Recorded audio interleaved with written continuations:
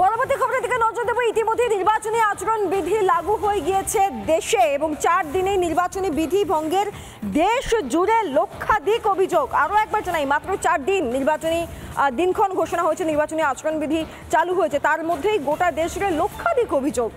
এখনো পর্যন্ত 1,27,726টি অভিযোগ জমা পড়েছে নির্বাচন কমিশনের কাছে। গত 16ই মার্চ লোকসভা ভোটের দিন ঘোষণা হয়, সেই দিন থেকেই বলবৎ হয়ে যায় নির্বাচনী আচরণ বিধি এবং তখন থেকে আজ অবধি মাত্র 4 দিনে 1,27,726টি অভিযোগ জমা পড়েছে নির্বাচন কমিশনের কাছে। এবং অত্যন্ত গুরুত্বপূর্ণভাবে সেখানে রাজ্যের মুখ্যমন্ত্রী মমতা বন্দ্যোপাধ্যায়, রাজ্যের পুরমন্ত্রী ফিরহাদ হাকিমের বিরুদ্ধেও অভিযোগ রয়েছে। বিট্টু রায়চৌধুরী এই মুহূর্তে আমাদের সঙ্গে ফোন লাইনে রয়েছেন, প্রতিনিধি। বিট্টু, একাধিক অবাক করা কাণ্ড যে মাত্র 4 দিনে এত পরিমাণ অভিযোগ এবং সেখানে মমতা বন্দ্যোপাধ্যায়, ফিরহাদ হাকিমের নামও রয়েছে। কি কারণে, তাদের বিরুদ্ধে মূলত কি কি অভিযোগ রয়েছে এবং কমিশনের তরফ থেকে কি পদক্ষেপ?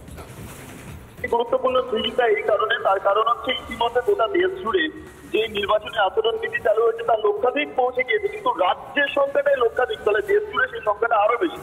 রাজ্যে এই মুহূর্তে 1,27,726টি এমসিসি ভায়োলেশনের অভিযোগ আছে এবং গুরুত্বপূর্ণভাবে আগামী যে প্রথম দফা নির্বাচন রয়েছে সেখানে দেখা যাচ্ছে কোচবিহার, আলিপুরদুয়ার এবং জলপাইগুড়ি, এই 3টে জেলার ক্ষেত্রে যে অভিযোগ উঠে আসছে তা অত্যন্ত গুরুত্বপূর্ণ। কোচবিহার, দিনহাটার তুমি জানো যে ঘটনা ঘটছে, তার প্রেক্ষিতে বলছি যে কোচবিহারে সবচেয়ে বেশি এমসিসি ভায়োলেশনের অভিযোগ উঠছে, সেখানে 5,726টা অভিযোগ জমা পড়েছে। আলিপুরদুয়ারের ক্ষেত্রে এমসিসি ভায়োলেশনের অভিযোগ উঠছে 3,458টি, জলপাইগুড়ির ক্ষেত্রে হচ্ছে 1,923টি। এবং গুরুত্বপূর্ণভাবে সিভিজিলের মাধ্যমে যে সমস্ত অভিযোগ এই মধ্যে জমা পড়ে, কোচবিহারের ক্ষেত্রে 9টি, আলিপুরদুয়ারের ক্ষেত্রে 2টি এবং জলপাইগুড়ির ক্ষেত্রে 2টি। অর্থাৎ বলা যেতে পারে এই মুহূর্তে এই 3টে জায়গাতেই মূলত প্রায় 10,000-এর বেশি এমসিসি ভায়োলেশনের অভিযোগ আছে এবং গোটা রাজ্যে গত 16 তারিখ থেকে এখনো পর্যন্ত 1,27,726টি এমসিসি ভায়োলেশনের অভিযোগ উঠছে এবং সামগ্রিকভাবে গোটা দেশ জুড়ে সেই সংখ্যাটা প্রায় 10 থেকে 15 লক্ষের ওপর ছাড়িয়ে গিয়েছে, যেটা আমরা নির্বাচন কমিশন সূত্রে জানতে পারছি।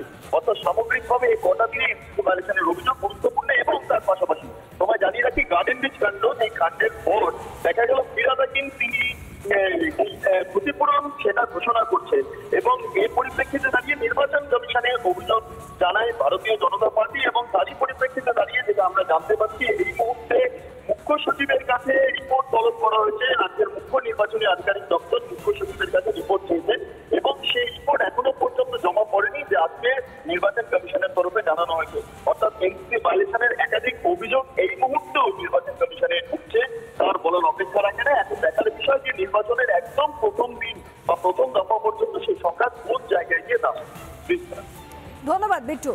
কথা বলছিলাম আমাদের প্রতিনিধি বিট্টু রায়চৌধুরীর সঙ্গে। পাশাপাশি অতিরিক্ত মুখ্য নির্বাচনী আধিকারিক অরিন্দম নিয়োগী তিনি কি বলেছেন একবার শোনাবো আপনাদের।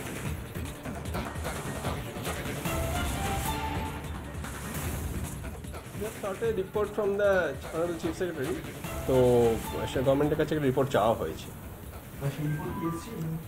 As such, now we haven't received it. ফিরহাদের বিরুদ্ধে নিয়ম লঙ্ঘনের অভিযোগ, মুখ্য সচিবের কাছে রিপোর্ট তলব কমিশনের। এখনো নবান্ন থেকে রিপোর্ট আসেনি। গার্ডেন রিচের ঘটনায় ক্ষতিপূরণ ঘোষণা করেন ফিরহাদ, তারপরেই আদর্শ আচরণবিধি ভাঙার অভিযোগ এলো এবার রাজ্যের পুরমন্ত্রীর বিরুদ্ধেও।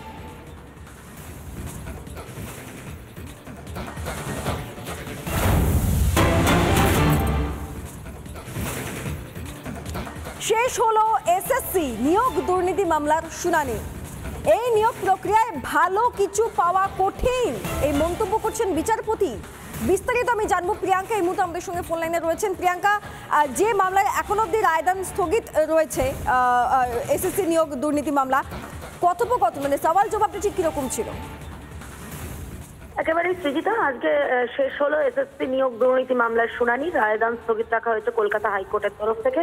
সুপ্রিম কোর্টের নির্দেশে গঠিত হয়েছিল বিশেষ বেঞ্চ এবং প্রধান বিচারপতি বিশেষ বেঞ্চ গঠন করেছিলেন। বিচারপতি দেবাংশু বসাকের বিশেষ বেঞ্চ এই মামলার শুনানি চলছিল। গত 5ই ডিসেম্বর থেকে শুনানি শুরু হয় এবং দীর্ঘ 3.5 মাস ধরে চললো এই শুনানি। শুনানি প্রক্রিয়ায় একের পর এক বিচারপতিদের মন্তব্য যেরকম উঠে এসেছিল, আজ শেষ দিনেও নজরে পড়ল এরকমই বেশ কিছু মন্তব্য। বিচারপতি দেবাংশু বসাক স্পষ্ট শুনানি শেষ দিনেও মন্তব্য করেছেন, এই নিয়োগ প্রক্রিয়া থেকে ভালো কিছু খুঁজে পাওয়া কঠিন। শুধুমাত্র তাই নয়, বিচারপতির আরো মন্তব্য, অতিরিক্ত নিয়োগ সরাসরি বাতিল হওয়া উচিত। কারণ মামলাকারীদের আইনজীবী অর্থাৎ চাকরি প্রার্থীদের আইনজীবী বিকাশ রঞ্জন ভট্টাচার্য সওয়াল করেছিলেন, ঘোষিত শূন্য পদের থেকে বেশি সংখ্যক ব্যক্তিকে নিয়োগ করা হয়েছে। তার পরবর্তীকালেই এই মন্তব্য করেন বিচারপতি বসাক। তার শুধুমাত্র তাই নয়, তিনি আরো বলেন, বিধিবদ্ধ সংস্থার আধিকারিকদের জন্য ফৌজদারি মামলা তো আছেই, এমনটাই মন্তব্য করতে শোনা গেছে বিচারপতির তরফ থেকে। এবং এই মর্মে ইতিমধ্যেই শেষ হয়েছে এসএসসি মামলার দীর্ঘ শুনানি। এই মামলা প্রাথমিকভাবে সিবিআই তদন্তের নির্দেশ দিয়েছিলেন বিচারপতি অভিজিৎ গঙ্গোপাধ্যায়। তার পরবর্তীকালে বিচারপতি সুব্রত তালুকদারের ডিভিশন বেঞ্চ নির্দেশ দেন বাক কমিটির, এবং বাক কমিটির রিপোর্ট জমা পড়ে। সেই নির্দেশ পেয়ে এবং সিবিআই তদন্তের নির্দেশ বহাল থাকে। সেই নির্দেশ ফের চ্যালেঞ্জ হয় সুপ্রিম কোর্টের দীর্ঘ শুনানির পর সেই মামলা ফেরত আসে কলকাতা হাইকোর্টে এবং প্রধান বিচারপতির তরফ থেকে তৈরি করা হয় সুপ্রিম কোর্টের নির্দেশে বিশেষ বেঞ্চ, এবং সেই বেঞ্চেই আজ মামলার শুনানি শেষ হয়েছে। রায়দানে কি উঠে আসে সেদিকে অবশ্যই নজর রাখতে হবে। বেশ, ধন্যবাদ প্রিয়াঙ্কা।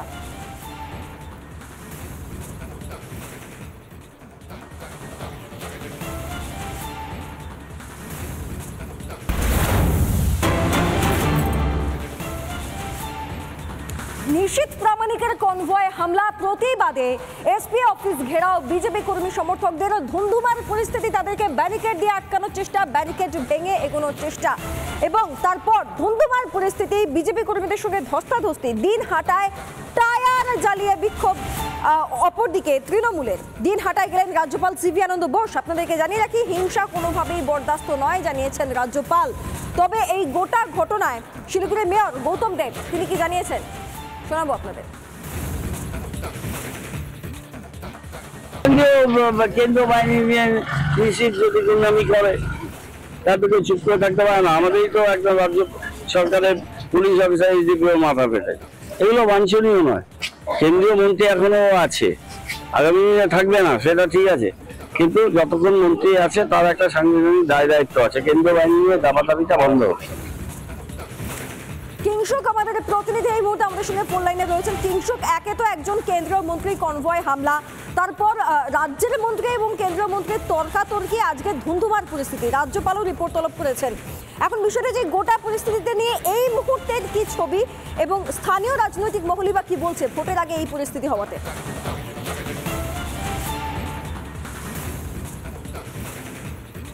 আমি আরো একবার যাবো কিংসুক, এই মুহূর্তে আমাদের সঙ্গে ফোন লাইনে রয়েছেন। কিংসুক, যে ছবি আমরা গতকাল থেকে দেখছি, একে তো রাজ্যের মন্ত্রী এবং কেন্দ্রীয় মন্ত্রীর তর্কাতর্কি, একজন কেন্দ্রীয় মন্ত্রীর কনভয় হামলা, আজকে ধুন্ধুমার পরিস্থিতি, রাজ্যপাল নিজে গোটা বিষয়টায় হস্তক্ষেপ করেছেন।